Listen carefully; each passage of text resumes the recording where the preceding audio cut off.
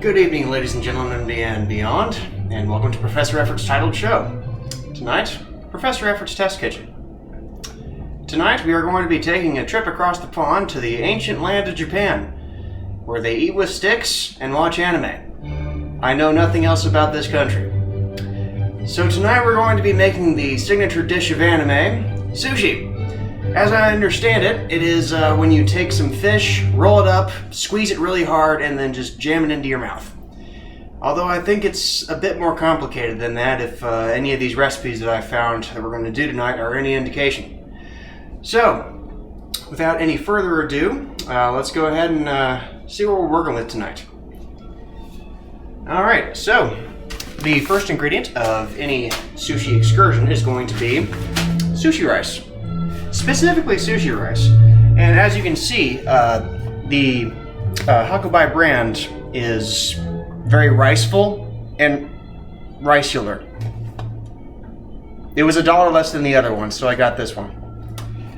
But as you can see, the grains are way shorter than regular rice. Looks almost like packing foam, almost. Packing foam was really, really small. So yes, this is the most basic ingredient of it, and this is where the simplicity ends, because apparently after this it gets a little bit measury and mathy. Excuse me. So, alrighty. You know, I feel like I'm missing something.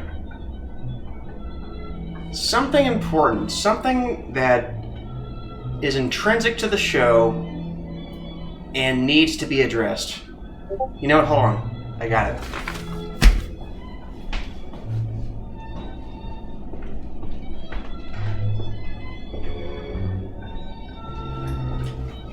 Hello, ladies and gentlemen and beyond. Please forgive that imposter that came on before me. I'm the real Professor Effort, and this is my titled show. And tonight we're making sushi. I assume the imposter already filled you in on the first bit. So, sushi, as we all know, is delicious, but kind of hard to make. Because if you don't get the amount of vinegar right, or the amount of salt, or the amount of sugar in the rice, then it just, it tastes garbaceous. It's like even my favorite sushi restaurant, which I will not name because I'm about to, talk about one of their slip-ups. I love this sushi restaurant, but one day I went in and I was like, oh dang, they mismeasured the vinegar. Because it's really easy. Because it tastes awful, but without it, it doesn't taste like sushi. So we're going to see how that goes tonight. I pulled two different recipes. I'm only going to, I'm going to choose a winner. Because one of them wants me to make the rice with 3 to 2 portions for rice to water. And the other one wants me to make it from 1 to 1 with the rice and water. We're going to try the 1-1 first, I'm pretty sure. But that may change. Because, why not? It's a stream. Alright, so, let's see. What else are we going to be working with here tonight? We're going to be working with anime, of course. We are going to be saying words like masaka and minasan and daijobu, which are Japanese for hello, how are you, and anime in order. So what else are we going to be working with? We are also going to be using the Sushi Nori. I harvested this myself from the sushi section at Whole Foods. So this should be interesting. And as for the filling, that's where it gets, I don't know. We're going to be making California rolls. I don't know if you logged on tonight thinking that I was some kind of sushi master that knows how to cure salmon and make it so that you don't die when you eat an octopus. But I'm not, so we're going to be doing safe sushi. Now many of you may be familiar with the following. The fake imitation crab meat, or as they call it in Japan, Kanikama. Kanikama, which is fake for, Kanikama, which is Japanese for the Kanikama, is actually pretty tasty. It's so it's got the texture and none of the cruelty, I'm pretty sure, unless this is from some other animal I'm not aware of that also produces crab meat. So basically what we're going to do is we're going to chop this up into kind of you know, just filling. We're basically just going to be mixing this with the mayo base, and then we're going to be putting just a little bit of seasoning in there. Just you know, sushi's all about simplicity. So let's see. I tried to find Kewpie mayonnaise, K-E-W-P-I-E, but all I could find was just, you know, your standard regular. The lighting is weird on this one. Okay, all I could find was just the regular mayonnaise, and I noticed that a bunch of the bottles of mayonnaise that I've bought lately have said real mayonnaise, and I didn't always see those ones on the shelves. So I'm wondering if, like, I've just been like a 24-karat chump and been spreading just, like, you know, fake mayonnaise all over my sandwiches all these years. Yeah. But anyway, we're gonna be using just regular mayonnaise for making our filling. And if you think that's gross, I'm sorry. If you like California rolls, you like mayonnaise, because that's what's in it. So we also have, of course, the staples of a California roll: the fresh avocado and the phallic imagery.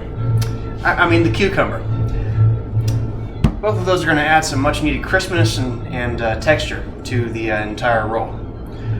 So, let's see here.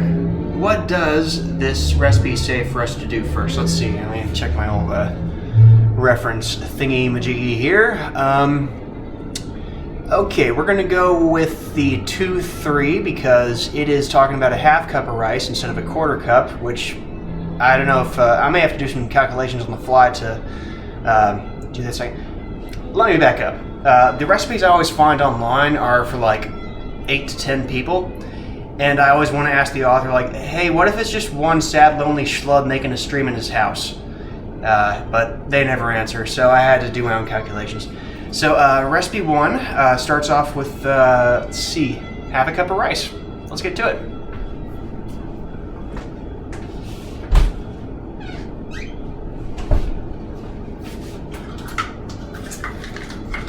Alrighty duty. So I've been really getting back into playing GameCube games lately. Like I don't know if it's just nostalgia or something, but it seems like there's just some kind of inescapable charm to all those games. You know, it seems as if it hit a peak. Like I was playing Wind Waker, and it's just charming, just absolutely charming. All right, so it's in one of those bags that has this thing where it's like a freaking crab rangoon up at the top, and you have to guess which tab to pull to make it not explode all over your kitchen. So I'm gonna cut the red wire here. Oh, come on now. Let's open. You know what? I don't have time for this. You don't have time for this. Snippity snippity.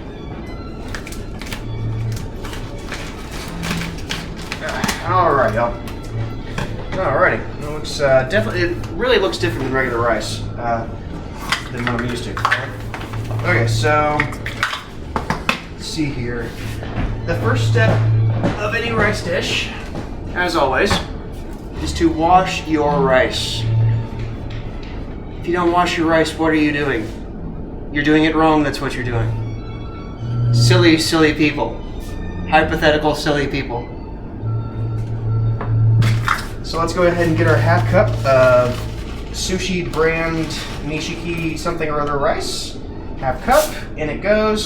And now we start the washing process, which should be a bit zenful. So let's go ahead and set up the shot for our washing of the rice.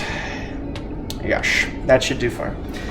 So what we're going to want to do is just basically run water over it and kind of swoosh it around until there's you can't see it from this angle, but there's a there's a white runoff underneath. That's I don't know what that is, but apparently you're just supposed to wash the rice until the water that's coming at the bottom of the sieve is clear.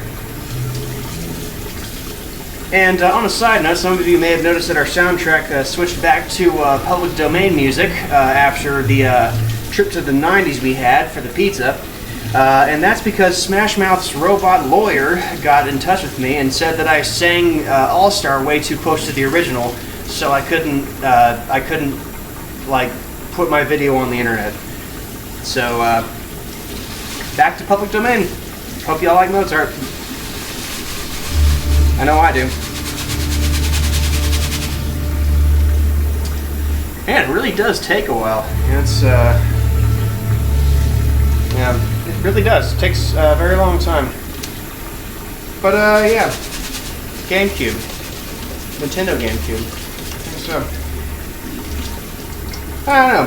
Yeah, I'm trying to figure out if I, like, watched Dragon Ball Z first and then ate sushi, or ate sushi and then watched Dragon Ball Z first, because I know there's a definite correlation. Because, like, you know, when, like, Goku would, like, you know, have an episode where he's, like, you know, fueling up. Like, they would have those episodes from time to time. Like, before the big fight, you know, he'd be running down the road that you go when you die or whatever, and then he gets to the rest stop, and it's all like, hey, we got a big old meal for you, buddy, and he does that thing where he does the chopsticks from the bowl to the mouth. I learned chopsticks from Goku, as did most of my contemporaries. Alright. We are getting more or less clear in the water coming out of the bottom of the sieve now, so we are doing better and better.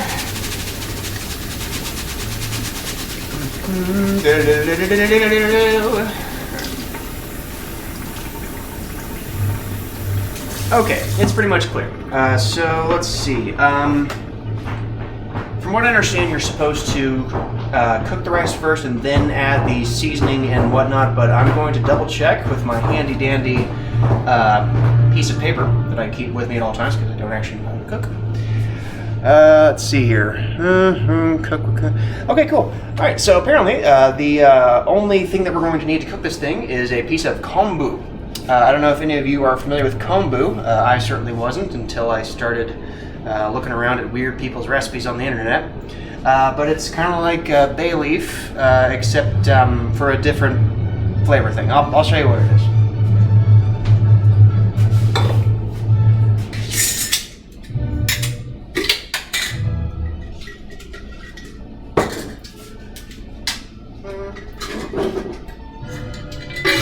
Alright. I like to keep mine in a jar just to preserve the freshness. I don't know if it is fresh or not, but this is what it looks like. It basically looks like a crappy Post-it note that tastes delicious. Has a very distinct aroma, kind of sweet, a little bit, what's the word for it? Kind of got a grip to it. But it is supposed to enhance the umami flavor of dishes from this region. Umami, if you're unfamiliar, refers to the taste of soy sauce. I thought it was just salty, but, you know, hey. Alright, so we're going to be cooking this with the rice. Let's see how much it says to use. Okay, no guidance. We're going to go with about half of this because, again, it's like a bay leaf. You don't want to just throw a whole pile of bay leaves in there, else you're going to have bay leaf soup. So we're going to get about a square inch's worth. There we go. Whatever, a rectangular inch. I don't know what an inch is. I'm not from these parts. All right. So we are going to be breaking out a thing. Some people like to cook their rice in saucepans, and that's because they are cavemen and do not have one of these little numbers that I had just out of frame as I was showing it to you. Yes.